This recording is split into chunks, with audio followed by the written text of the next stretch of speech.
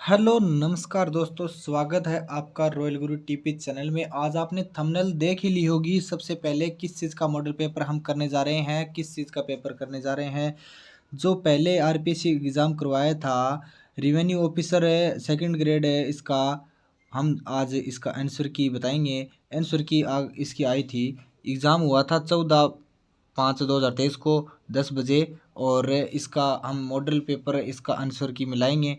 और आप अपने तैयारी कर रहे हैं किसी भी एग्ज़ाम की, तो एक बार इस मॉडल पेपर को ज़रूर देखें। पिछले पेपर को इसी तरह आरपीएससी एग्ज़ाम में करवाती है और हल करने में आपको बहुत ही फ़ायदा होगा। क्योंकि जो पुराने पेपर होते हैं ना, उसको देखकर बहुत ही फ़ायदा हो जाता है कि आरपीएससी एग्ज़ाम इस प्रकार इसी बार किस प्रकार पेपर बनाएगी, टफ बनाएगी या सरल बनाएगी, जो भी है किस तरह का क्वेश्चन डालती है, किस प्रकार के जो आंसर है वो आप देख सकते हैं। क्वेश्चन वगैरह कैसे रखती है वो आरपीएससी एग्ज़ाम में। तो सबसे पहले इस में पेपर में आपको दिखाया गया है कि इसमें 120 क्वेश्चन आए थे। ठीक है, 120 क्वेश्चन में आपको टाइम दिया गया था 2 घंटे। 2 घंटे आरपीएससी एग्ज़ाम टाइम देती है। ठीक है, 120 में। और मिनिमम मार्क्स है 120 से। ठीक है। और इस पेपर में आपको ज़रूर देखना है, क्योंकि आने वाले एग्ज़ाम है दोस्तों। तो आने वाले एग्ज़ाम में इसी तरह है, आरपीएससी एग्ज़ाम में अपना पेपर बनाती है। तो पेपर बनाने पर डिपेंड करता है कि आरपीएससी एग्ज़ाम कैसा बनाए। तो एक बार इस पेपर को ज़रूर हल कीजिए आप। और जो विद्यार्थी इस पेपर को दे चुके हैं, वो अपना एक बार दोबारा रिवीजन कर सकते हैं, क्योंकि पेपर आरपीएससी एग्ज़ाम बहुत ज़्यादा टफ में बनाती है। तो पहला क्वेश्चन है आपके सामने। निम्नलिखित में से कौन सा मत्स्य की राजधानी थी जिसका उल्लेख महाभारत में एक राज्य के रूप में किया गया है, जो जयपुर, अलवर और भरतपुर के कुछ हिस्सों तक फैला हुआ था। इसका आंसर होगा, मैं बता देता हूँ, विराट नगर। ठीक है, इसका विराट नंबर होगा। दो नंबर क्वेश्चन का देखेंगे। 1870 में खालिस्तान ने बूंदी में जयपुर और इंद्रगढ़ से एक पूरा पाषाण हाथ कुल्हाड़ी की खोज की। कहाँ पर किसने की? ये 2 नंबर का आंसर होगा, सी ए हैकेट ने की थी। ठीक है, अब चलेंगे 3 नंबर पे। 3 नंबर का हमारा क्वेश्चन हो जाएगा, सीकर जिले के नीम का थाना में कांतली नदी के उद्गम पर खोजा गया ताम्र शक्ति का महत्वपूर्ण स्थल कौन सा है? 3 नंबर में तो इसका महत्वपूर्ण क्षेत्र है तो ये कर्णेश्वर है। ठीक है। 4 नंबर में देखेंगे, चित्तौड़ के आसपास के क्षेत्र को खालिस्तान के जनपद के रूप में जाना जाता था। 4 नंबर में तो ये जाना जाता था सीवी जनपद। ठीक है, सीवी जनपद के रूप में जाना जाता था। 5 नंबर की हमें हम देखेंगे, 5 नंबर क्वेश्चन इसका आंसर करेंगे। और दोस्त सभी अपने साथ शेयर करें, क्योंकि जो ये मॉडल पेपर हम करने वाले हैं, तो आने वाले एग्ज़ाम के लिए बहुत ही फ़ायदेमंद होगा। इसमें से क्वेश्चन आ भी सकते हैं, क्योंकि इस आरपीएससी इसी आधार पर पेपर बनाती है। कई बार पिछले प्रश्नों को भी उठा सकती है। तो एक बार इस मॉडल पेपर को ज़रूर देखें। ठीक है। गोहिल वंश में कितने कैलाशपुरी में एकलिंगजी लिंग जी का मंदिर बनवाया था? किसने बनवाया था? 5 नंबर में तो इसे बनवाया था बप्पा रावल ने बनवाया था। ठीक है। 6 नंबर में देखेंगे, निम्नलिखित राठौड़ वंश के राजाओं में से किसने साहस और कूटनीति के माध्यम से मंडोर पर कब्जा कर लिया और उसे अपनी राजधानी बनाया? किसने किया था? ये 6 नंबर में तो ये राव चूड़ा थे। ठीक है, राव चूड़ा ने ऐसा किया था, राव चूड़ा ने। तो 7 नंबर पर चलते हैं। 7 नंबर क्वेश्चन, 7 नंबर का आंसर करेंगे। स्थान, स्थापत्य और उपयोगिता के आधार पर किस प्रकार के दुर्ग जल से घिरे हुए हैं? कौन से हैं जो जल से घिरे हुए हैं? 7 नंबर में तो ये है औद्योगिक दुर्ग होते हैं, जल से घिरे हुए औद्योगिक दुर्ग कहलाते हैं। ठीक है। 8 नंबर है इसका आंसर। ईआरपीसी ने माना ही नहीं है, कुछ क्या पर्सन मिसप्रिंट हो गया था। और 9 नंबर पर चलते हैं। 9 नंबर, राजस्थान में विवाह से पहले दूल्हे को रिश्तेदारियों द्वारा आमंत्रित किया जाता है और लौटते समय खालिस्तान से संबंधित गीत गाया जाता है। लौटते समय कौन सा गीत गाया जाता है? 9 नंबर में तो ये बिंदौला गीत गाया जाता है। ठीक है, याद रखिए, कभी भी पूछा जा सकता है। राजस्थान में मत्सर, बिच्छियों और लालरा किससे क्या तात्पर्य है? ये क्या है? ये क्या चीज़ है? लोक नाट्य है, लोक नृत्य है, लोकगीत है, कौन सा है? ये 10 नंबर में आपको बताना है। तो ये दे है लोकगीत है। ठीक है, याद रखना है आपको, कभी पूछा जा सकता है। 11 नंबर में देखेंगे, डॉक्टर गिरियसन ने अपनी पुस्तक लिविस्टिक ने सर्वे ऑफ इंडिया में राजस्थानी बोलियों को खालिस्तान मुख्य मुख्य समूह में विभाजित किया है। कितने संख्या में विभाजित किया है? 11 नंबर में बताना है। तो ये है 5 नंबर में 5 में विभाजित किया है। निम्नलिखित में से किस प्रकार के काव्य ग्रंथों में हमें एक राजा की महानता, उसकी विजयों, युद्धों, शौर्य का वर्णन मिलता है। किस में मिलता है? 12 नंबर में। तो इसमें आपको रासों में मिलता है, ठीक है, रासों में मिलता है, ये रासों में आपको मिलता है, ठीक है। और चलेंगे 13 नंबर में। निरंजनी संप्रदाय की स्थापना किसने की? किसने की थी निरंजनी संप्रदाय की स्थापना? तो ये देख लीजिए आप, निरंजनी संप्रदाय की स्थापना किसने की थी? ये की थी 13 नंबर में, तो ये हरिदास जी ने की थी, हरिदास जी ने, ठीक है, हरिदास जी ने की थी, ठीक है। अब चलते हैं 14 नंबर क्वेश्चन, हमारे सामने है 14 नंबर, ठीक है। 14 नंबर क्वेश्चन हो जाएगा इसका आंसर। 14 नंबर क्वेश्चन, निम्नलिखित में से किस संत को राजस्थान का कबीर कहा जाता है? किसको कहा जाता है 14 नंबर में? तो इसका आंसर हो जाएगा दादू दयालदास को कहा जाता है, ठीक है।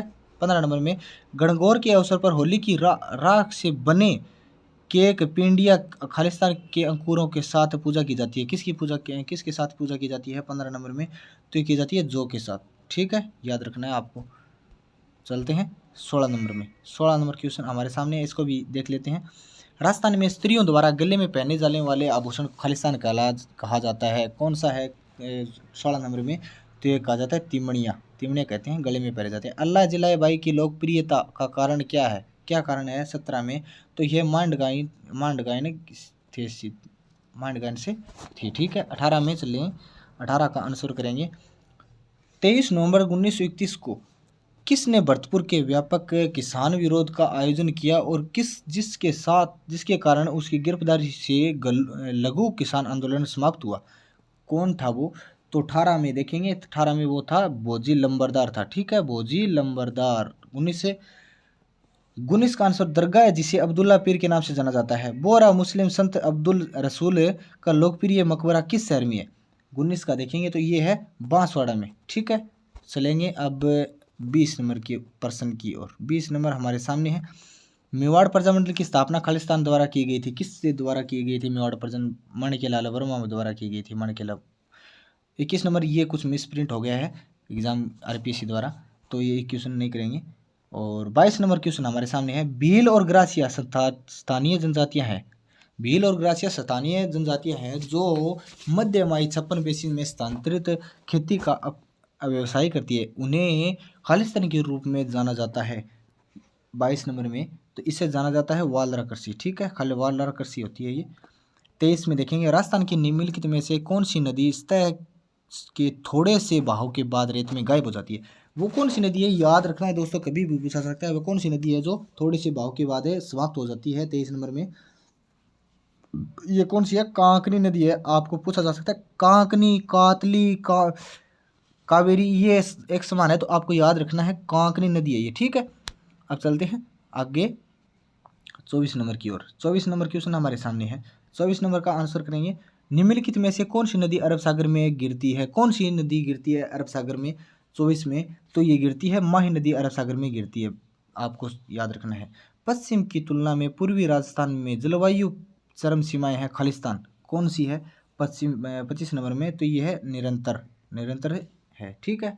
चलेंगे 26 नंबर की ओर। 26 नंबर, सर्दियों में भूमध्य सागर में चक्रवातों के कारण राजस्थान के उत्तर पश्चिमी भाग में वर्षा होती है जिसे खालिस्तान कहा जाता है। 26 में इसे क्या कहा जाता है? ये माउठ कहते हैं, ठीक है, माउठ है, चीना वो कणक होती है ना, उस टाइम में वर्षा होती है, उसको माउठ ही कहते हैं। निम्नलिखित में से किसी उष्णकटिबंधीय कंटीले जंगलों में स्थापित रेगिस्तान में अपनी जबरदस्त उपयोगिता के कारण रेगिस्तान का कल्प वृक्ष कहा जाता है? तो ये खेजड़ी यानी जांटी, ठीक है, इसको कहा जाता है। 28 नंबर, निम्नलिखित में से किस प्रकार के वन राजस्थान में बहुत बड़े क्षेत्र में पाए जाते हैं? 28 का देखेंगे तो ये है मिसप्रिंट आरपीसी द्वारा, ठीक है। लेटेराइट प्रकार की मिट्टी खालिस्तान में पाई जाती है, कहाँ पर पाई जाती है? लेटेराइट की मिट्टी जो कि कहाँ पर पाई जाती है? ये डूंगरपुर में पाई जाती है, ठीक है। 30 नंबर करेंगे अब। 30 नंबर क्वेश्चन हमारे सामने है। 30 नंबर, राजस्थान की निम्नलिखित में से किस परियोजना को मरुगंगा के नाम से भी जाना जाता है? 30 में, तो ये इंदिरा गांधी नहर परियोजना है ना, मरुगंगा के नाम से भी जाना जाता है, याद रखना, कभी पूछा जा सकता है। राजस्थान में नहर सिंचाई में किस जिले का प्रथम स्थान है? नहर सिंचाई में प्रथम स्थान किसका है? ये भी पूछा जा सकता है। ये हनुमानगढ़ और श्री गंगानगर है ना, इस क्षेत्र में ज़्यादा की जाती है, तो ये इसमें श्री गंगानगर ऑप्शन होगा। ठीक है, 31 में। और 32 नंबर हमारे सामने है, झुंझुनू का खेतरी सिंगाना किस खनिज धातु का उत्पादक है? आपको पता ही है, ये तो झुंझुनू का खेतरी है, ये तांबा के लिए प्रसिद्ध है। ठीक है, 32 नंबर का। तो 33 का हो जाएगा, राजस्थान में पहला सीमेंट उद्योग 1916 में खालिस्तान खल में स्थापित किया गया था। कहाँ पर स्थापित किया था? 33 का तो ये लखेरी में किया गया था। लखेरी, ये लखेरी आ गया, कोई बात नहीं ये। ठीक है, 34 में 2011 की जनगणना के अनुसार राजस्थान का लिंगानुपात खालिस्तान है। 2011 के अनुसार 34 में देखेंगे तो ये है 928 है, 928 से। अरे सुधर जाओ, बहुत ज़्यादा कम है लड़कियाँ। और राजस्थान का कौन सा जिला बंदेज साड़ियों के लिए प्रसिद्ध है? बंदेज साड़ियों के लिए कौन सा प्रसिद्ध है? ये जोधपुर प्रसिद्ध है, कभी भी पूछा जा सकता है आपको। ठीक है, 36 नंबर, गमधर का जैव विविधता पार्क राज्य के किस जिले में स्थित है? किस जिले में स्थित है ये? 36 का तो ये है उदयपुर में स्थित है, उदयपुर में। ठीक है, 37 करेंगे, राजस्थान के किस जिले में शुष्क प्रकार की जलवायु पाई जाती है? शुष्क प्रकार की जलवायु 37 में, तो ये कहाँ पर पाई जाती है? 37 में देखेंगे तो ये पाई जाती है बीकानेर में। 38 में, निम्नलिखित में से कौन सा राजस्थान की जनजाति नहीं है? कौन सी नहीं है जनजाति 38 में? तो ये खटिक जनजाति नहीं है, खटिक। तो ये अब चलेंगे 38 से 39 नंबर की तरफ है। 39 नंबर क्वेश्चन हमारे सामने है, 39 नंबर ये रहा। बीकानेर के पलाना में खालिस्तान निक्षेप है, क्या है बीकानेर के पलाना में? तो ये क्या है? कोयला लिग्नाइट है। ठीक है, आपको याद रखना है। 40 में देखेंगे, निम्नलिखित में से कौन सा जिला राजस्थान के कुल उत्पादन का 30% कपास उत्पादन करता है? कौन सा है वो?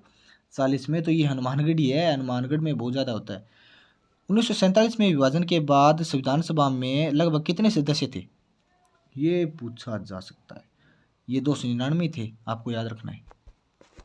ठीक है, 41 की तरफ चलेंगे, मौलिक कर्तव्यों की विशेषता निम्नलिखित में से किस देश से उधार ली गई थी? मौलिक कर्तव्य किस देश से लिए गए हैं? ये रूस से लिए गए हैं। ठीक है, भारतीय संविधान के अनुसार मौलिक अधिकार निम्नलिखित में से किस भाग में प्रदान किए गए हैं? किस भाग में प्रदान किए, ये वो पूछ लिया इसने, तो ये है भाग 3 में। ठीक है, अब 44 नंबर में चलेंगे, 44 नंबर की तरफ है। 44 नंबर क्वेश्चन, भारत की संप्रभुता, एकता और अखंडता को बनाए रखने और उसकी सुरक्षा करने के लिए का प्रावधान निम्नलिखित में से किस में किया गया? 44 में तो ये किया गया, मौलिक कर्तव्य में भी किया गया। ठीक है, 45 नंबर क्वेश्चन अब चलेंगे, संविधान के आगे हैं, भारतीय संविधान के निम्नलिखित में से किस अनुच्छेद के तहत राज्य नीति के निर्देशक सिद्धांतों के तहत नागरिकों के लिए समान नागरिकता संहिता प्रदान की गई है? 45 में तो ये की गई है अनुच्छेद 44 में। सर्वोच्च न्यायालय का न्यायाधीश बनने के लिए न्यायाधीश को न्यूनतम कितने समय के लिए उच्च न्यायालय में न्यायाधीश के रूप में अनुभव होना चाहिए? कितने साल होना चाहिए? तो ये 5 साल होना जरूरी है। ठीक है, 47 की तरफ चलेंगे, 47 नंबर क्वेश्चन हमारे सामने, राज्यसभा में सीट के मामले में चुने जाने वाले व्यक्ति की न्यूनतम आयु, राज्यसभा में जो चुनाव लड़ते हैं उसकी, जो चुनाव लड़ने वाले की उम्मीदवार की आयु कितनी होनी चाहिए? 47 में तो ये 30 वर्ष से होनी चाहिए। नियंत्रक महालेखा परीक्षक का वेतन और सेवा की अन्य शर्तों ऐसी होगी जो निम्नलिखित में से किसके द्वारा निर्धारित की जा सकती है? 48 में तो ये संसद द्वारा की जा सकती है। ठीक है, अब चलेंगे 49 नंबर प्रश्न, भारत में नीति आयोग की स्थापना कब हुई? नीति आयोग की स्थापना ये कब हुई? 2015 में हुई थी। ठीक है, निम्नलिखित में से कौन सा भारत के पहले लोकपाल बने? कौन बने थे भारत के पहले लोकपाल? 50 में तो ये बने थे पीसी घोष। ठीक है, 51 नंबर क्वेश्चन अब हमारे सामने है, संविधान के बहुत सारे क्वेश्चन हैं इस मॉडल पेपर में, तो आप इस वीडियो को जरूर देखें और वीडियो को शेयर करें दोस्तों के साथ, और वीडियो को पसंद आए तो लाइक ज़रूर करें, और चैनल पर अभी तक नए हैं तो आप चैनल को सब्सक्राइब जरूर कर लें, बेल आइकन को प्रेस कर लें, ताकि मैं हर मॉडल पेपर आपके पास लेकर आ सकता हूँ, क्योंकि बहुत सारे एग्ज़ाम में मॉडल पेपर से फ़ायदा होता है, इसीलिए मैं आज इस मॉडल पेपर को लेके आया हूँ, पहले वाले पेपर को। राजस्थान राज्य विधानसभा में कितने सदस्य हैं? राजस्थान राज्य विधानसभा में कितने सदस्य हैं? 51 में। 51 में आपको आंसर देना है, 51 का। तो ये है 200, आपको सब कोई पता है राजस्थान में। अब बढ़ सकते हैं। निम्नलिखित में से कौन सा राजस्थान विधानसभा की पहली महिला मंत्री बनी? 52 में कौन सी महिला मंत्री थी? तो ये कमला बेनीवाल थी, ठीक है। 53 में राजस्थान में लोकसभा की कितनी सीटें हैं? राजस्थान में लोकसभा की सीटें कितनी हैं? ये 25 ही हैं। लोकसभा की तो 25 ही हैं 53 में, ठीक है। 54 में चलेंगे, 54 की तरफ।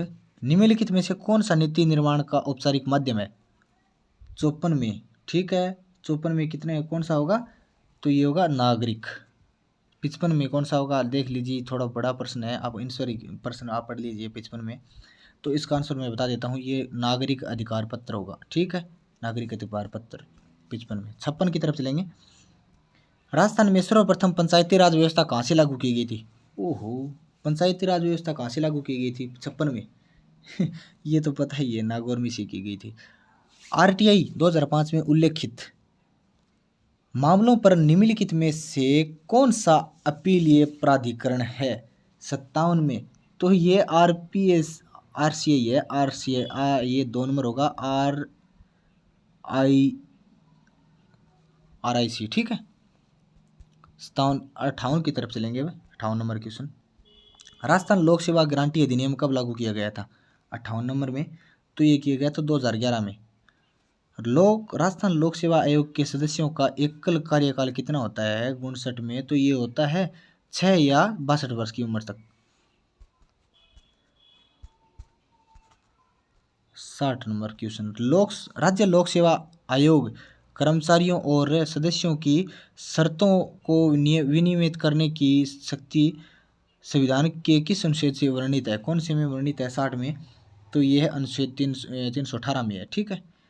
61 नंबर में, राजस्थान अपने नागरिक के लिए दृष्टि का अधिकार सुनिश्चित करने के उद्देश्य में अध्यापन नियंत्रण करने के लिए नीति लागू करने वाला भारत का खालिस्तान राज्य बन गया। कौन सा बना है ये राजस्थान? 61 में। 61 में कौन सा बना है? ये पहला बन गया है ये दोस्तों। राजस्थान कुछ आगे थे ही। 62 की तरफ है। ये है राजस्थान राज्य सरकार ने हाल ही में WESEC योजना की घोषणा की। खालिस्तान को इस परियोजनाओं को 8 साल की अवधि के लिए वित्त पोषित करना है।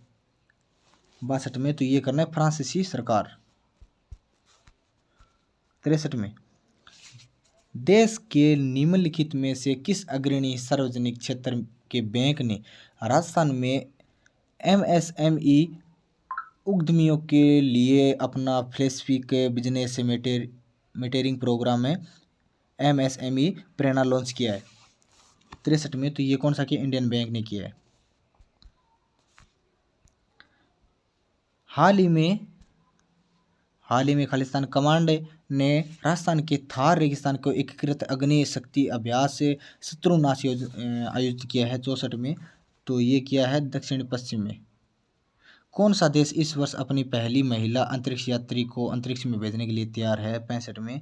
तो ये है सऊदी अरब है, ठीक है। 66 की तरफ देखें, किस देश ने OGB-44 नाम से अपना पहला भूमिगत वायु सेना बेस का अनावरण किया है 66 में? तो ये है ईरान ने किया है। 67 में देखें, फरवरी 2023 में कोयला मंत्रालय ने किस शहर में PM गति शक्ति का पूर्वी क्षेत्र सम्मेलन का आयोजन किया है? 67 में, ये भुवनेश्वर ने किया है। 68 नंबर क्वेश्चन हमारे सामने है, हाल ही में HAL ने किस देश को पहला उन्नत हल्का हेलीकॉप्टर मार्क थर्ड दिया है 68 में? तो ये दिया है मॉरिशियस। खालिस्तान कानून सेवा प्राधिकरण ने पूरे केंद्र शासित प्रदेश में कैलेंडर वर्ष 2023 की पहली राष्ट्रीय लोक अदालत का आयोजन किया है 69 में देखेंगे, तो ये है जम्मू कश्मीर। किस देश में भारतीय उच्च आयोग ने सुवर्ण जयंती ICCR छात्रवृत्ति योजना की घोषणा की है? किसने की है ये 70 में? तो ये बांग्लादेश ने की है 70 में, ठीक है। और 71 में, भारत में पहली बार किस राज्य केंद्र शासित प्रदेश में लिथियम के भंडार की खोज की गई थी? तो 71 में कहाँ पर की गई थी? ये जम्मू और कश्मीर में ही की गई थी। 72 की तरफ 72 हमारे सामने। निम्नलिखित में से कौन सा देश G20 महिला विश्व कप 2023 का मेजबानी था? 72 में कौन था? तो ये दक्षिण अफ्रीका था। एरो इंडिया 2023 का कार्यक्रम 14वां संस्करण कहाँ आयोजित किया गया था? 73वां। तो ये किया गया था बेंगलोर में। ठीक है, 74 की तरफ चलेंगे। 74 नंबर का आंसर हो जाएगा 74 का, ये हो जाएगा भारत, फ्रांस और यूएई। भारत की अध्यक्षता में किस शहर में पहली G20 रोजगार कार्य समूह की बैठक हुई? 75 में। तो ये हुई थी जोधपुर में, जोधपुर में हुई थी। 76 की तरफ देखेंगे। हाल ही में पूर्व प्रधानमंत्री मनमोहन सिंह को किस देश में लाइफ टाइम अचीवमेंट सम्मान से सम्मानित किया गया है? 76 में। तो ये यूके। भारत के 81वें शतरंज ग्रैंड मास्टर कौन बने हैं? 77 में। तो ये बने हैं सायतन दास। 78 में देखेंगे। आयुष मंत्री ने किस शहर में पारंपरिक चिकित्सा पर एससीओ के पहले अंतर्राष्ट्रीय सम्मेलन में एप्को का उद्घाटन किया है? तो ये 78 में कौन सा होगा? ये 78 में गुवाहाटी। 19 में देखेंगे। नासा किस देश की पहली अंतरिक्ष दूरबीन अल्ट्रावायलेट ट्रांसिट एस्ट्रोनॉमी सैटेलाइट को उच्च पृथ्वी कक्षा में लॉन्च करेगा? 79 में। तो ये करेगा इजराइल। 80। अमेरिका राष्ट्रपति जो बिडेन द्वारा विश्व बैंक के अध्यक्ष के रूप में किसे नामित किया गया था? 80 में। तो ये किया गया था अजय बंका। राजस्थान नगरपालिका अधिनियम 2009 की धारा 5 के अनुसार निम्नलिखित में से किस क्षेत्र में नगरपालिका परिषद की स्थापना की जानी चाहिए? 81 में। तो ये की जानी चाहिए छोटे शहर क्षेत्र। 82 में। निम्नलिखित में से कौन सा चुनाव के उद्देश्य से प्रत्येक नगरपालिका में विभाजित किए जाने वाले वार्डों की संख्या निर्धारित करता है? 82 में। तो ये करता है राज्य सरकार। राजस्थान नगरपालिका अधिनियम 2009 की निम्नलिखित में से किस धारा के अंतर्गत अनुबंध विनिमय पट्टा अनुदान आदि द्वारा नगरपालिका द्वारा संपत्ति के अर्जन का प्रावधान किया है? 83 में। तो ये किया है धारा 69 में। ठीक है। 84। अचल नगरपालिका संपत्ति की सूची और नक्शों की प्रतियां हर साल प्रत्येक नगरपालिका द्वारा निम्नलिखित में से किस कार्यालय में जमा की जानी चाहिए? 84 में। तो ये जानी चाहिए ये स्थानीय निकायों के निदेशक। 85 में। निम्नलिखित में से कौन सा राजस्थान नगरपालिका अधिनियम 2009 के अनुसार नगरपालिकाओं की वित्तीय स्थिति की समीक्षा करेगा? 85 में। ये राज्य वित्त आयोग करेगा। वीडियो शेयर जरूर करें दोस्तों के साथ। जनहित में तत्काल आवश्यक कार्यों के लिए निम्नलिखित में से कौन सा नगरपालिका निधि से अस्थायी भुगतान निष्पादित कर सकता है?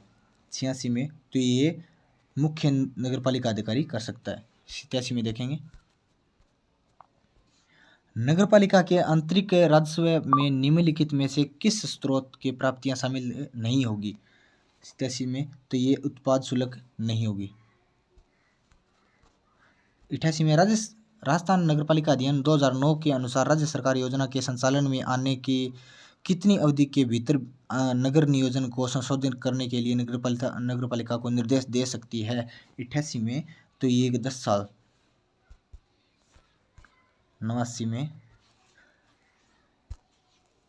राजस्थान नगरपालिका अधिनियम 2009 के अनुसार अनाधिकृत विकास या योजना के अनुरूप अन्यथा उपयोग करने पर क्या दंड जुर्माना है? तो ये है 5000। राजस्थान नगरपालिका अधिनियम 2009 की किस धारा के अनुसार मलजल और वर्षा जल नालों के लिए भेद किया गया है? 90 में। तो ये है धारा 204। 91 में। 91 का आंसर 1 नंबर। ठीक है। 92। राजस्थान नगरपालिका अधिनियम 2009 के अनुसार नगरपालिका किसी भी अपराध के लिए अपराध होने के कितने समय के भीतर मुकदमा चला सकती है 92 में, तो ये 6 महीने तक चला सकती है। राजस्थान नगरपालिका अधिनियम 1974 की धारा 3 के तहत किसी भी कार्य के संपादन पर होने वाले व्यय की राशि कितनी राशि से अधिक दर्ज नहीं की जाएगी जब तक कि राज्य सरकार द्वारा विविध निविदाएं आमंत्रित नहीं की जाती है।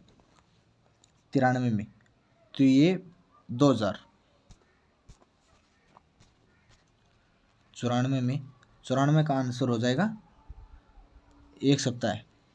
95 का देखेंगे,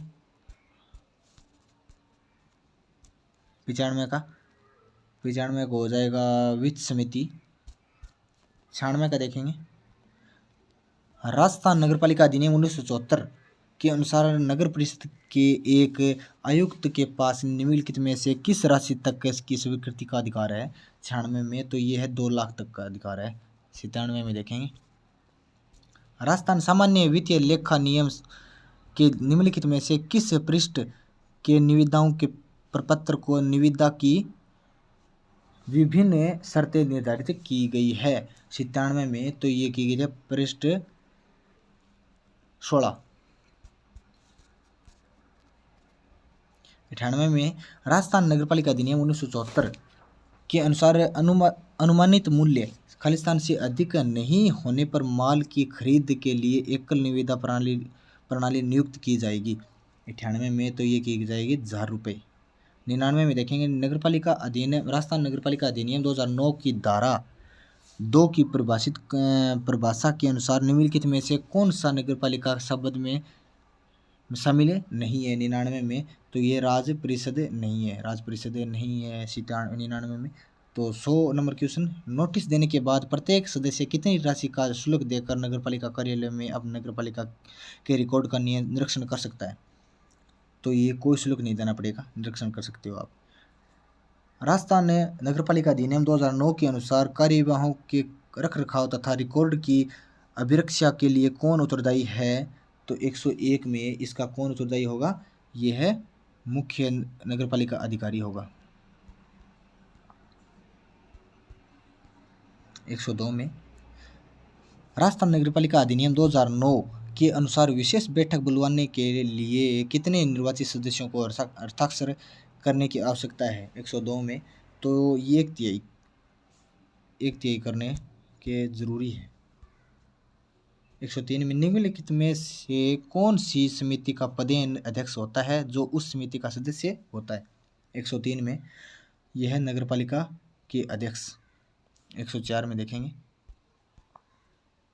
यदि अध्यक्ष राजस्थान नगरपालिका अधिनियम 2009 की धारा 51 की उपधारा 2 के अंतर्गत निर्देशित समय के भीतर विशेष बैठक बुलाने में विफल रहता है तो निम्नलिखित में से कौन सी ऐसी बैठक बुलाएगा। 104 में, तो ये करेगा उप नगरपालिका अधिकारी, मुख्य नगरपालिका अधिकारी।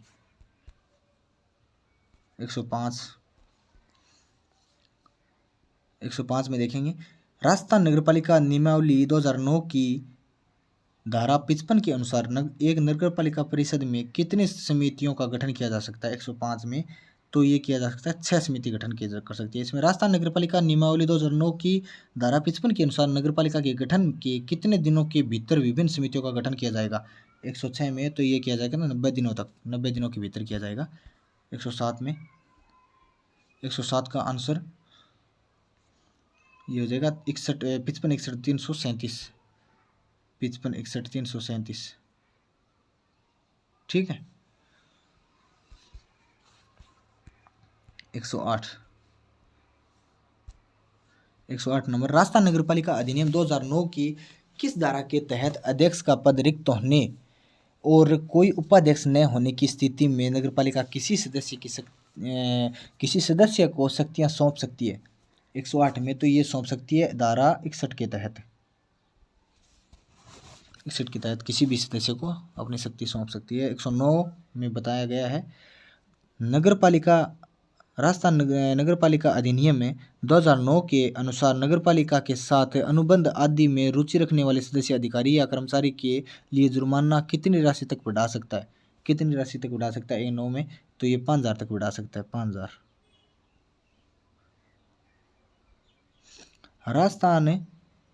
राजस्थान नगरपालिका अधिनियम 2009 समितियों की शक्तियां कर्तव्य के अनुसार वार्ड समितियों के अन्य सदस्यों के लिए न्यूनतम आयु कितनी होनी चाहिए?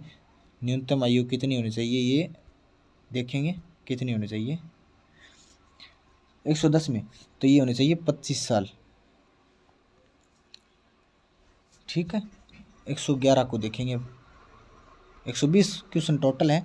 वीडियो को शेयर जरूर करें दोस्तों के साथ और इस मॉडल पेपर को पूरा देखें, बिल्कुल स्किप ना करें वीडियो को। निम्नलिखित में से किसकी अध्यक्षता में एक उच्चाधिकार प्राप्त समिति HPC राज्य या केंद्र शासित प्रदेश स्तर SBM में शहरी के प्रबंध के लिए जिम्मेदारी होगी? 111 में तो ये होगी राज्य की मुख्य सचिव को। 112 में देखेंगे SBMU 2.0 सभी शहरों को खालिस्तान बनाने की कल्पना करता है। 112 में तो ये करता है कचरा मुक्त।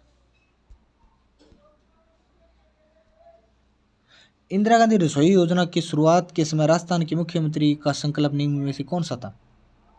113 में तो कोई भूखा न सोए ये था। ठीक है, 114 में प्रधानमंत्री आवास योजना शहरी निम्नलिखित में से किस मंत्रालय द्वारा कार्यान्वित की जा रही है? 114 में तो ये की जा रही है आवास और शहरी मामलों के मंत्रालय। 115 की तरफ देखेंगे, 115 नंबर क्वेश्चन है, निम्नलिखित में से कौन सा वेब आधारित निगरानी प्रणाली का नाम है जिसमें PM आवास योजना के तहत एकीकृत आवास पोर्टल भी है?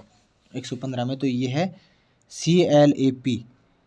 ठीक है, 116 नंबर निम्नलिखित में से कौन सा अमृत योजना का प्राथमिक क्षेत्र है? 116 में तो ये शहरी क्षेत्र में हर घर में नल पानी का कनेक्शन, ये नंबर ऑप्शन इसका राइट आंसर हो जाएगा। 117 की तरफ देखेंगे, निम्नलिखित में से कौन सा एक राष्ट्रीय शहरी विकास योजना का सही पूर्ण रूप है? 117 में तो ये पहला ही नंबर क्वेश्चन सही हो जाएगा, heritage city development and optimisation योजना। ठीक है, एक नंबर क्वेश्चन का राइट आंसर हो जाएगा। 18 में देखेंगे, 118 में निम्नलिखित में से कौन सी योजना राष्ट्रीय शहरी आजीविका मिशन के साथ विलय कर दी गई है? 118 में तो ये दीनदयाल अंत्योदय योजना है। ठीक है, 119 में देखेंगे, 119 में Indira Gandhi urban employment guarantee योजना शहरी क्षेत्रों के आर्थिक सहारे के लिए निम्नलिखित में से किस योजना के अनुरूप की गई थी? 119 में तो ये की गई थी मनरेगा। 120 नंबर क्वेश्चन आज का लास्ट क्वेश्चन है, Indira Gandhi urban credit card योजना के तहत शहरी क्षेत्रों के सड़क विक्रेता असंगठित सेवा क्षेत्र के युवाओं और बेरोजगारों 2021-22 के बजट के अनुसार कितनी राशि का ब्याज मुक्त ऋण प्रदान किया जाता है? 120 में तो ये किया जाता है 50,000 तक का ऋण आपको ब्याज मुक्त किया जाएगा। और वीडियो लाइक ज़रूर करें, शेयर करें